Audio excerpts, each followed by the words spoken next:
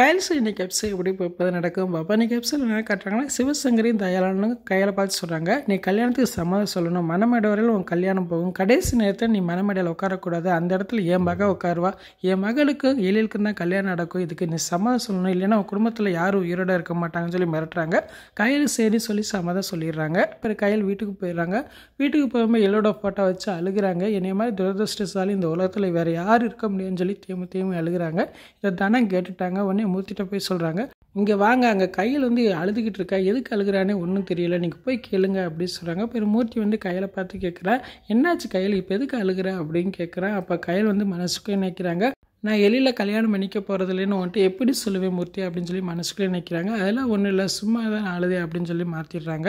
அதுக்கப்புறம் பார்த்தா தர்மலிங்க வட்ட தான் காட்டுறாங்க. தர்மலிங்கம் சொல்கிறேன், அந்த கையல் குடும்பத்தை நான் சும்மா விட மாட்டேன், ஒட்டுமொத்த குடும்பமே என் காலை விழுந்து கெஞ்சோன்னா அந்த கையலோட வாழ்க்கையை அழிக்காமல் ஓய மாட்டேன் அப்படின்னு சொல்லிக்கிட்டு இருக்கேன். அந்நேரம் மூர்த்தி அவங்க வீட்டுக்கு போயிடுறான். மூர்த்தி அவங்க பேசுறதை கேட்டோன்னா அதிர்ச்சி ஆகிறான். மூர்த்தியை பார்த்தானே இவங்களும் அதுக்கு மேலே அதிர்ச்சி ஆகிற மாதிரி கட்டுறாங்க. எனக்கு என்ன எபிசோட் இப்படி தான் போகுது. ஃபுல் வீடியோ பார்த்துட்டு பேசுவேன். இந்த வீடியோ பிடிச்சா வீடியோக்கு லைக் கொடுத்துட்டு மறக்காமல் சப்ஸ்கிரைப் பண்ணுங்கள். தேங்க்யூ.